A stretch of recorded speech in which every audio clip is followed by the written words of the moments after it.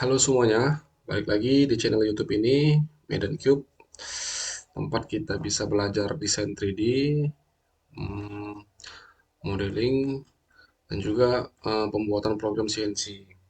Oke, jadi di video kali ini aku mau lanjutin serial kita ya, tentang belajar Fusion 360 ya kan.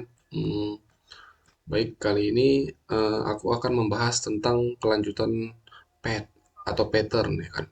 Nah, di video sebelumnya kita sudah bahas tentang rectangular pattern dan juga circular pattern. Oke, jadi selanjutnya yang terakhir pad itu hari ini kita mau bahas tentang pattern on pad, ya kan?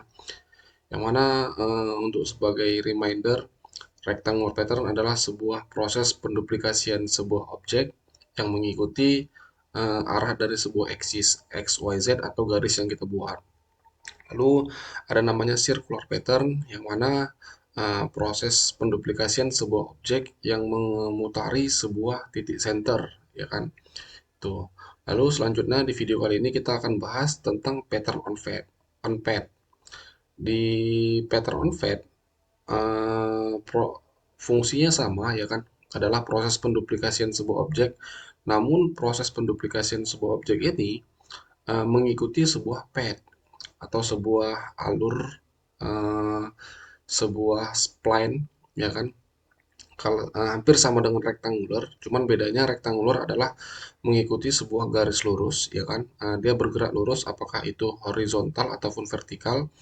Namun kalau dia pattern on pad, objek yang diduplikasi mengikuti alur dari sebuah garis yang tidak beraturan gitu. Apakah itu bisa berbentuk lingkaran, apakah garis yang tidak beraturan gitu. Oke, langsung saja kita bahas. Oh ya, untuk teman-teman makasih yang udah subscribe ya kan, yang sudah like juga.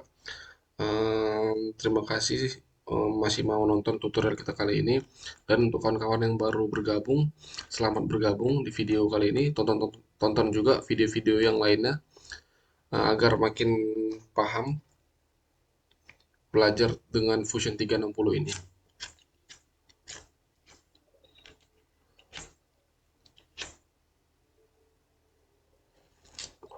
Oke, langsung saja kita mulai dengan membuat sebuah sketch, ya kan?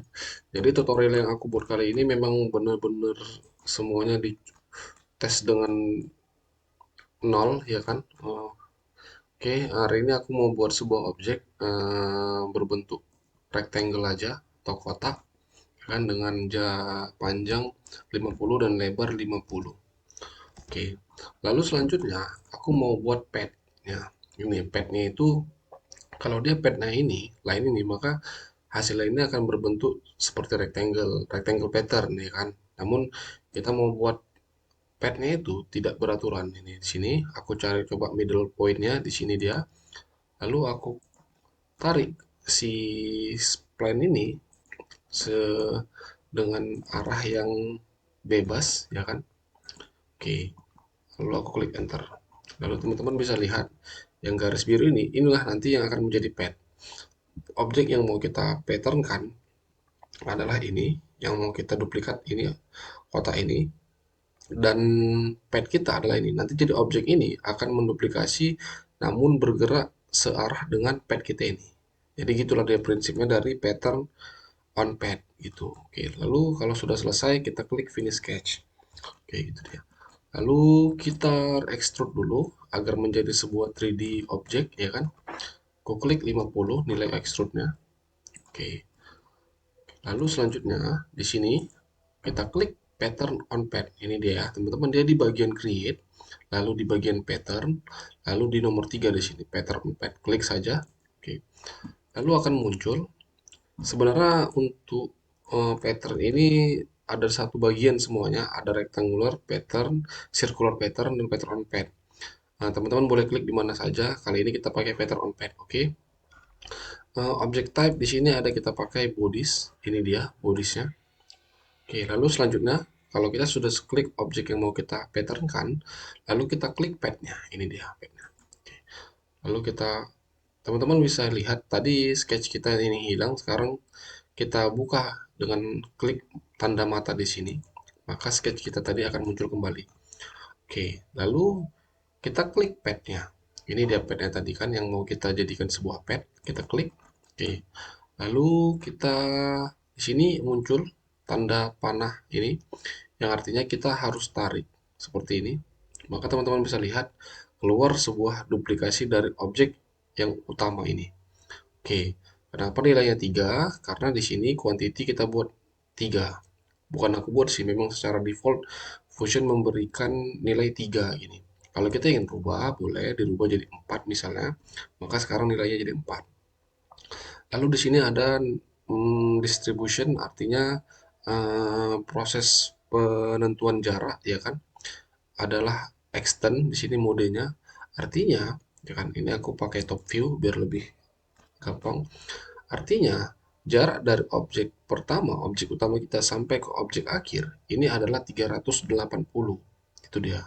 Oke.